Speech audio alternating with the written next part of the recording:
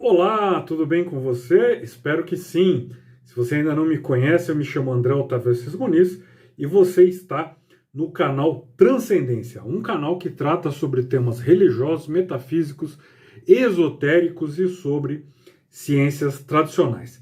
Se você gostar do vídeo, não esqueça de deixar o seu like e compartilhar com seus amigos, porque isso ajuda bastante aqui o nosso canal. E eu gostaria também de te convidar a conhecer o meu trabalho de escritor. Clica aqui na descrição para conhecer os livros que eu já escrevi e que estão à venda aí publicados. Dito isto, vamos ao nosso tema. Então, é muito comum, especialmente na maçonaria brasileira, né, que é uma maçonaria plurirritualística, se ouvir frases do tipo: eu nunca visitei uma loja de rito diferente. No nosso rito, o sentido disso é outro. Nosso rito não é religioso. Tal rito é mais esotérico. Meu rito é mais místico, etc. Né? E se você não é maçom, ou se você entrou recentemente para a maçonaria, talvez esteja um pouco confuso em relação ao que eu quero dizer. Então eu vou tentar explicar de um modo bem simples e didático. Então a maçonaria ela transmite os seus ensinamentos através de alegorias e de símbolos. Essas alegorias e símbolos, elas são transmitidos através de um ritual. Ora, mas o que é um ritual? Então a palavra ritual na maçonaria, ela indica tanto um conjunto de gestos, palavras e formalidades imbuídos de um valor simbólico, ou seja, uma determinada ordem desses gestos, palavras e formalidades para um determinado fim, quanto também o livro que contém as instruções para esses gestos, palavras e formalidades. Mas quando nós falamos em ritos maçônicos, nós estamos falando de formas históricas de se executar o conjunto de gestos, palavras e formalidades. Ou seja, nós estamos falando de um modo que foi se fixando ao longo do tempo e que se tornou algo estabelecido em um determinado local e numa determinada época. Então a palavra rito, né, lá do sânscrito, ela também pode indicar a própria execução do ritual, ou seja, a ação envolvida no ritual. E nesse sentido, nós também podemos falar em rito de iniciação, rito de abertura, rito de fechamento, etc.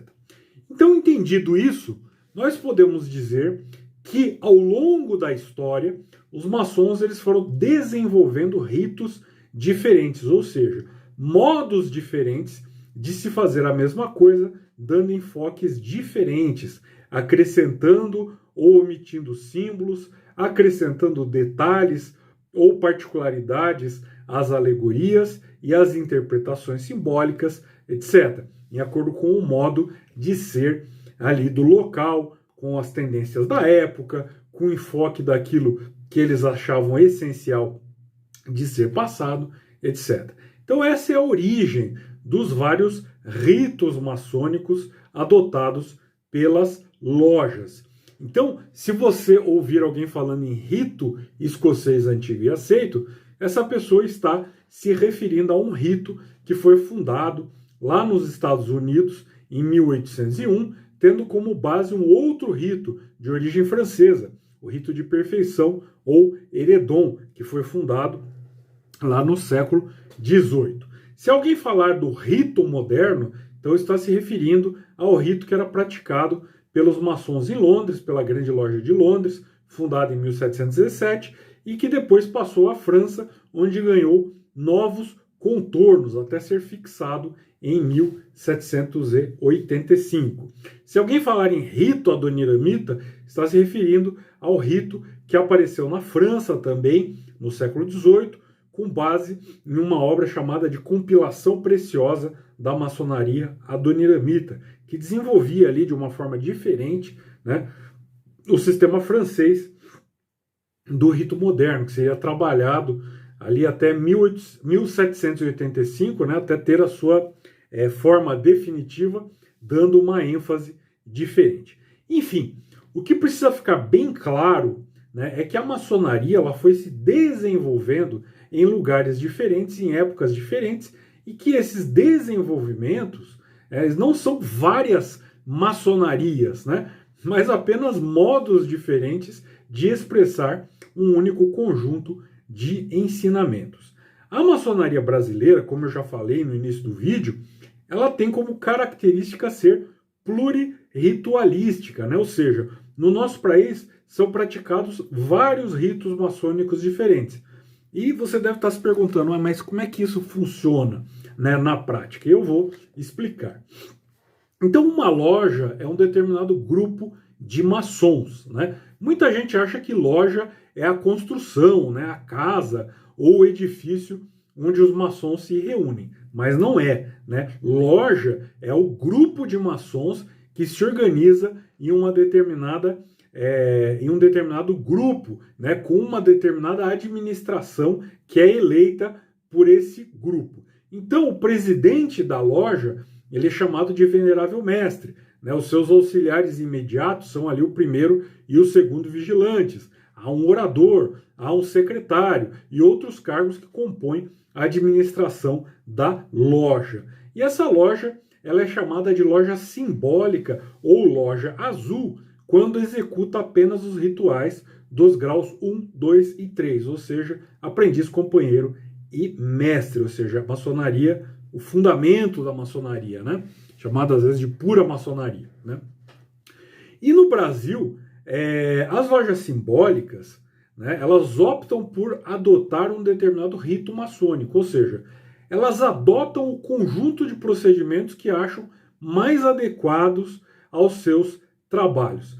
Então você vai ouvir ali que tal loja do rito escocês antigo e aceito, que tal outra loja do rito moderno, e assim por diante. As lojas simbólicas, de modo geral, elas se filiam a uma instituição chamada de potência simbólica ou obediência simbólica, né? Em jargão maçônico se usa esses termos, né? Então, se você ouvir alguém falando potência simbólica ou obediência simbólica ou potência ou obediência, está ali se referindo a essa instituição administrativa, né, que congrega várias lojas, né? E essa instituição ela recebe então o nome de Grande Loja ou de Grande Oriente. Então, Grande Loja e Grande Oriente são potências, né? Potências simbólicas ou obediências simbólicas, né? E esse nome varia, Grande Oriente ou Grande Loja, conforme o seu sistema administrativo, né? E essa Grande Loja, ou esse Grande Oriente, eles regulam, né, os livros onde constam ali os procedimentos, né, como eu disse, os rituais, né, e os distribuem para as lojas conforme o rito adotado.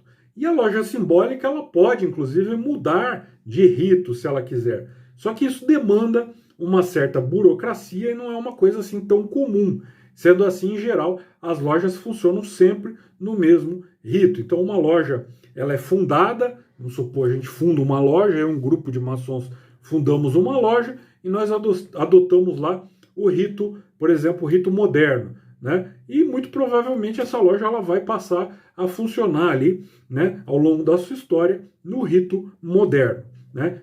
Mas vamos supor que dali 10 ou 15 anos haja ali um consenso que nós queremos mudar de rito, vamos passar para, por exemplo, o rito Schroeder, né, o rito alemão. Então nós vamos ter que fazer ali toda uma série de procedimentos administrativos. Então, depois de terminados esses procedimentos administrativos, a loja muda o seu rito, né? E para os graus acima do grau 3, né, nós falamos do grau de aprendiz, companheiro e mestre, há outros grupos, né, com nomes diferentes.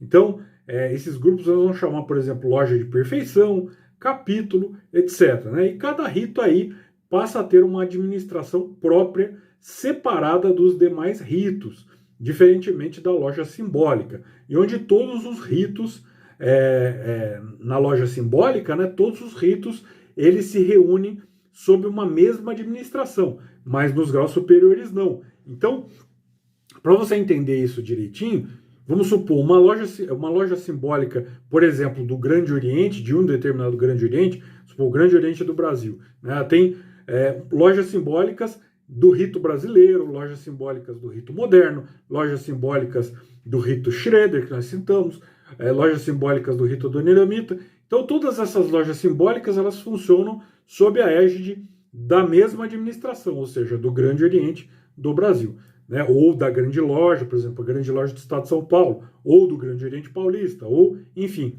da obediência ou da potência maçônica a qual essas lojas estão filiadas, né? Independentemente do rito, então elas estão unidas sob a égide de uma mesma instituição administrativa. Agora, no caso fora do grau 3, né, acima do grau 3, então cada rito então se separa, né? Então o rito moderno ele tem uma administração, o rito adoniramita tem outra administração, o rito, por exemplo, o rito Schroeder ele não tem graus acima do grau 3, então ele não tem, né, ele vai só até o grau 3. Mas vamos supor, o rito York americano, por exemplo, vai ter mais uma série de graus. Então são outras instituições, né, outras instituições administrativas que vão separadamente cuidar desses grupos que vão trabalhar ali os graus acima do grau 3. Então, e esses grupos que vão administrar essas lojas, né, como eu falei, loja de perfeição, capítulo, etc., esses grupos geralmente eles recebem o nome de Supremo Conselho, Grande Capítulo, etc., né? E nos graus 1, 2 e 3, apesar das diferenças e das particularidades dos ritos, não se percebe uma grande disparidade de funcionamento, né? Agora, acima desses graus, então fora das lojas simbólicas ou das lojas azuis, a diversidade de funcionamento e de enfoque aumenta, tá? Acho que já deu para entender, grosso modo, como é que funciona, né?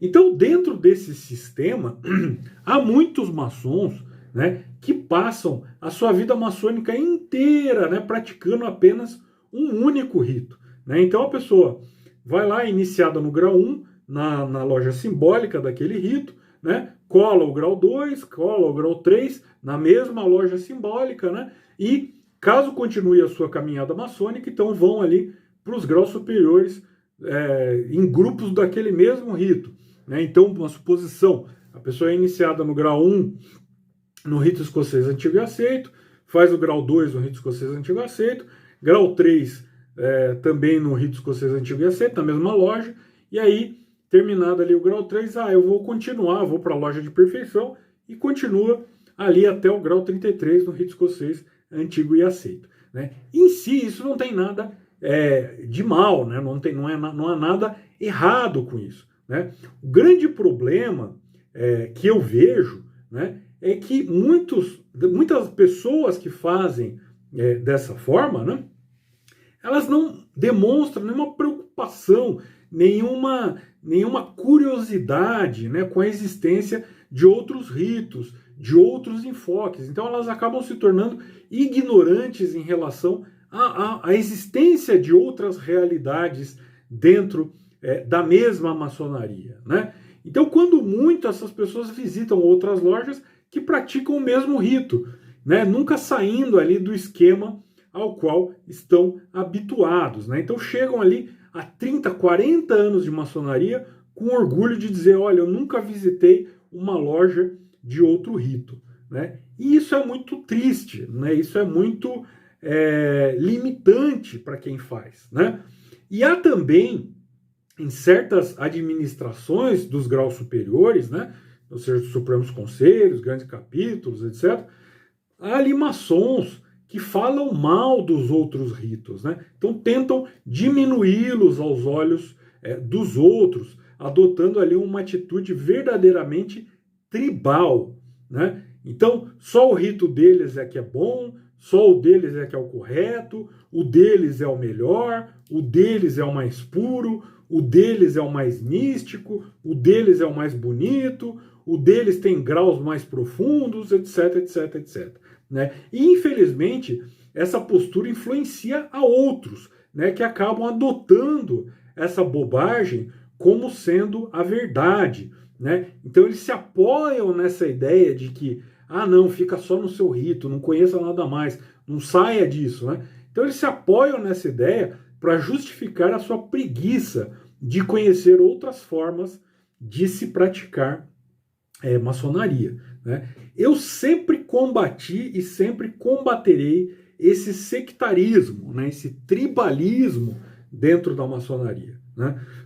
A maçonaria é a mesma, e não é por existirem ritos diferentes que ela se fragmentou, né? Uma verdade, ela só pode excluir um erro e não outra verdade, né? Os ritos maçônicos, eles se somam, eles não se dividem, né? Então, o conselho que eu dou a você que é maçom, que talvez tenha entrado recentemente na ordem ou que não visitou outro rito, não conhece outros ritos, abra sua cabeça, expanda o seu conhecimento, conheça outros ritos, né? Conheça outros costumes, visite lojas de outros ritos, visite loja de outras potências, né? Vamos criar essa cultura de união e não de divisão, ok? Muito obrigado por você ter assistido o vídeo até aqui. Essa é a mensagem que eu gostaria de deixar para vocês nesse vídeo. Não se esqueça de deixar seu like, compartilhar este vídeo e um abraço e até o nosso próximo encontro. Tchau!